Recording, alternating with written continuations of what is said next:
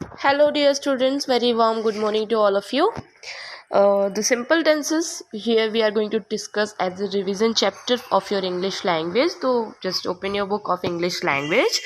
So, we are going to discuss about the chapter 7 revision simple tenses, page number 55. Simple tenses. जैसे as I explained all the students that what is tense. Tense is a form of verb that indicates the time of an action. Tense जो होता है एक form होता है verb का, वो क्या इंडिकेट करता है आपका एक्शन का टाइम कि ये प्रेजेंट में हुआ, पास्ट में हुआ या फ्यूचर में हुआ. तो 3 टाइप के टेंस होते हैं हमारे पास. कौन कौन से टेंस होते हैं?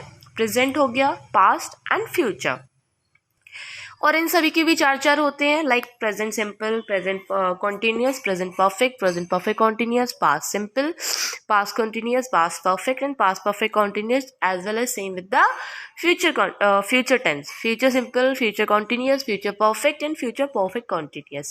So here is the list for the simple tense. There are 3 types tenses of a verb: present tense, past tense, future tense, as I discussed earlier.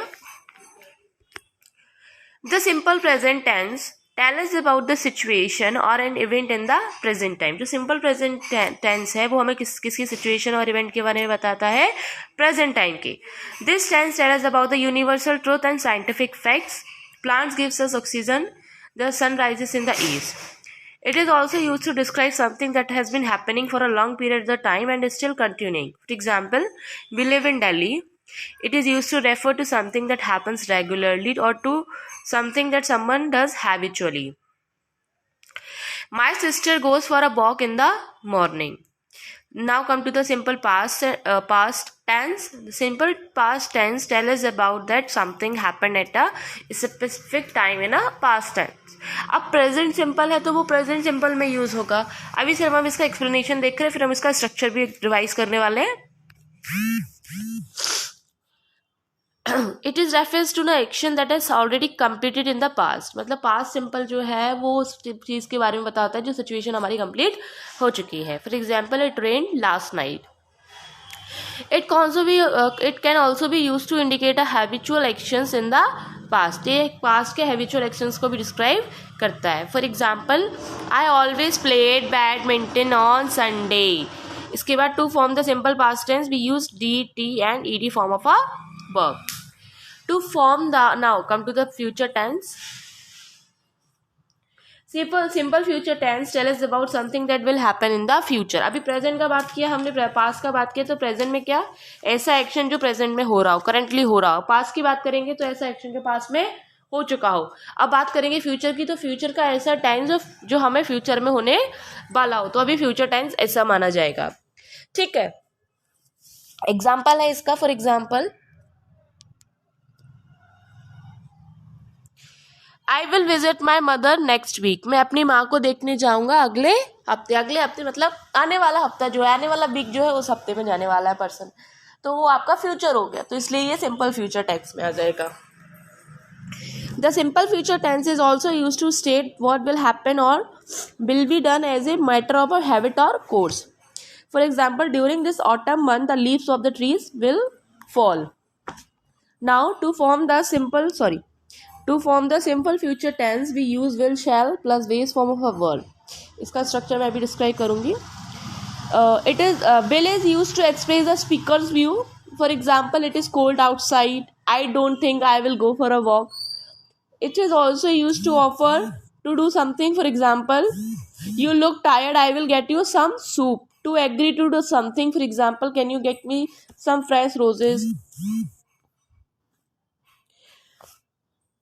To promise to do something. Thank you for lending me your camera. To ask somebody to do something. For example, will you please close the window. अभी बात हमने किसकी की, ये कि simple present क्या होता है, सिंपल पास्ट क्या होता है, सिंपल फ्यूचर क्या होता है. अब बात कर रहे हैं उनके स्ट्रक्चर की. तो जो सिंपल प्रेजेंट है उसका क्या रहेगा, आपका इंडिकेट कैसे करोगे आप उसको? वर्ब का बेस फॉर्म मतलब फर्स्ट फॉर्म या ऐसा ई एस. अगर वर्ब में एस या ई एस लगा होता है तो आप ऐसे आइडेंटिफाई कर सकते हो. और वर्ब का बेस फॉर्म है, फर्स्ट फॉर्म है, तो आप तब भी आप बोल सकते हो कि ये टेंस आपका सिंपल प्रेजेंट का है. ठीक है। और हिंदी में अगर टेंस आता है तो वैसे तो ता है ती है हो जाता है।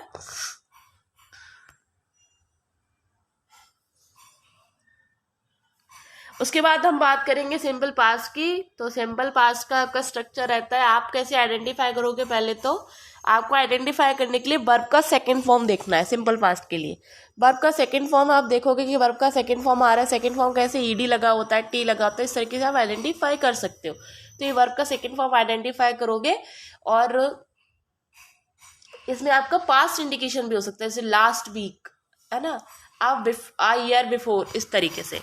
फ्यूचर टेंस की बात करें तो हम फ्यूचर टेंस में क्या है, फ्यूचर टेंस में आप विल शैल यूज कर सकते हो। विल शैल से आप आइडेंटिफाई करोगे, इसमें भी वर्ब का बेस फॉर्म ही यूज होता है लेकिन विल शैल यूज साथ में होता है। तो इस तरीके से अगर विल और शैल यूज हो रहा है तो आप आइडेंटिफाई आराम से कर लोगे कि ये फ्यूचर टेंस है, सिंपल फ्यूचर टेंस है। फ्यूचर कॉन्टिन्यूस का अलग होता है, उसमें बी लग जाता है, विल शैल बी, और परफेक्ट विल शैल हैव लग जाता है, future perfect continuous will shall have been, ये लगते हैं।